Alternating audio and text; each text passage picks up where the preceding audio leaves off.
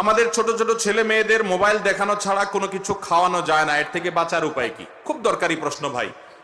আজকের বাস্তবতায় এমন বাচ্চা পাওয়া খুব কঠিন যেই বাচ্চাকে মা বাপ মোবাইলের ঘুষ দেওয়া ছাড়া খানা খায়।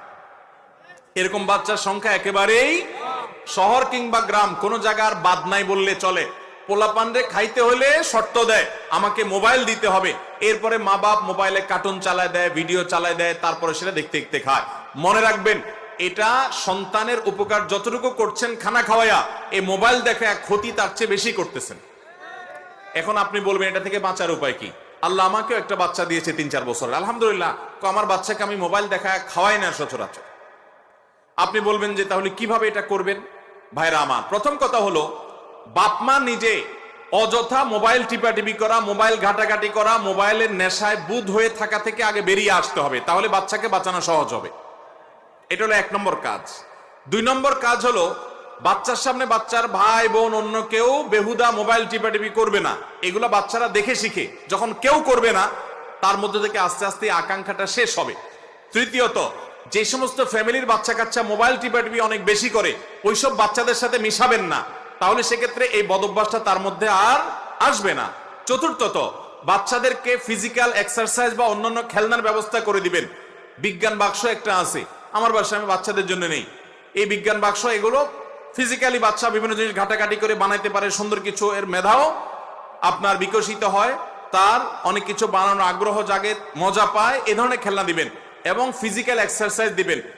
বাচ্চাদেরকে খেলার জায়গা করে দিবেন। শহর বলেন গ্রাম বলেন, সবাই মোবাইল নিয়ে, বাপ একটা নিয়ে উপর হয়ে আছে, মা আরেকটা নিয়ে উপর হয়ে আছে, ছেলে একটা নিয়ে আছে, মেয়ে একটা নিয়ে আছে, সবার কাছে একটা একটা না। বাসার সবাই মিলে ফিজিক্যাল এক্সারসাইজ করবেন এবং খেলাধুলা করবেন। যখন যে খেলাধুলা করার সুযোগ আছে সেটা করবেন, তখন বাচ্চারা এগুলা থেকে দূরে সরে আসবে। আলহামদুলিল্লাহ, আমি নিজে আমার বাচ্চাদের সাথে প্রায় সময় চেষ্টা করি, আমার বাসা পাশে ব্যাডমিন্টন কোর্ট করা আছে, ব্যাডমিন্টন খেলার চেষ্টা করি। যখনই সময় পাই 10 মিনিটের জন্য বলি চলো আমরা খেলি। বাচ্চাদেরকে যখন ফিজিক্যাল খেলার অভ্যস্ত করবেন, ইনশাআল্লাহ নেশা, এই মোবাইলের নেশা কেটে যাবে। আমি নিজে পরীক্ষিত। একসময় আমার পোলাপানও দেখতাম যে মোবাইল চায় খুব বেশি, আশপাশে দেখে দেখে। আমরা যখন হার্ডলাইনে চলে গেছি, দেখলাম সব ঠিক হয়ে গেছে। তাহলে এই 5টা স্টেপ অবলম্বন করলে ইনশাআল্লাহ বিদিনিল্লাহ বাচ্চার মোবাইল দেখার নেশা দূর হতে বাধ্য। আপনি নিজে আগে শক্ত হতে হবে এবং সোজা হতে হবে। ও 2-1 বেলা খাবে না, জ্বালাবে, 3 বেলা খাবে না, 4 বেলা খাবে না, এরপর আস্তে আস্তে দেখবেন অভ্যাস হয়ে গেছে।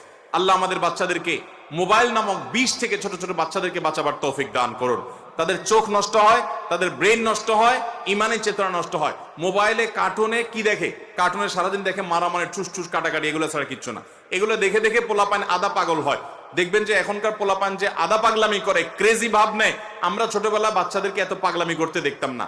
এখন দেখবেন যে নিজের বাপের দিকে পাও মারে, মায়ের দিকে ঘুষি মারে। কোন একটা বাপের সাথে আঙ্কেল বেড়াইতে আসছে তো তার এরকম আঙ্গুল দিয়ে ঠুসঠুস করে, কারণ সারাদিন সে দেখে এগুলা। এবং পোলাপান দেখবেন এত বদমেজাজি। এখনকার যত বাচ্চা আছে, আমরা ছোটবেলায় বহু বাচ্চা দেখছি যে শান্ত মেজাজের, 2-1টা আছে রাগী, কিন্তু এখন মাশাআল্লাহ 100টা বাচ্চা থাকলে কোন এলাকা ওই 100টাই বদমেজাজ। আবার বাপ মা খুব গর্ব করে বলে আমার বাচ্চাটা অনেক রাগী, মনে করে সব গর্ব করে। তার বাচ্চাটা অসুস্থ, কারণ ও মোবাইলে মারামারি, কাটাকাটি, এগুলা দেখতে দেখতে, উথামথাম দেখতে দেখতে ওর মানসিকতা সেরকম তৈরি হয়েছে। আল্লাহর ওয়াস্তে মোবাইলের বিষ থেকে বাচ্চাদেরকে বাঁচাবার জন্য চেষ্টা করবেন তো ইনশাআল্লাহ। এই 5টা স্টেপ আপনি অবলম্বন করেন, সহজ হবে। নিজেরা মোবাইল ঘাটবেন না, ভাই বোন অন্যদেরকে মোবাইল ঘাটতে তাকে যেন না দেখে সেই ব্যবস্থা করবেন। অন্য ফ্যামিলি বাচ্চা কাচ্চা মোবাইলের নেশা বুধ হয়, ওগুলোর সাথে বেশি মিশতে দিবেন না। তাকে এমন খেলনা দিবেন যেগুলাতে সে নিজের সময়টা কাটাতে পারে, এবং তাকে গল্প করবেন, তার সাথে সময় দিবেন। এবং ফিজিক্যাল খেলাধুলার জন্য বাচ্চাদেরকে সাথে নিয়ে মা বাপ, বড় ভাই বোন সময় দিবেন। ইনশাআল্লাহ দেখবেন মোবাইলের নেশা তাদের থেকে কেটে যাবে। আল্লাহ আমাদেরকে তৌফিক দান করুন। আমাকে এক ভদ্রলোক বলেছেন যে আমার বাচ্চা অসুস্থ, সে অস্বাভাবিক কার্য, তার আচরণ আমি দেখি। আমি বলেছি মোবাইল থেকে তাকে দূরে সরায় দেন, কিছুদিন কষ্ট হবে, এরপরে ঠিক হয়ে যাবে।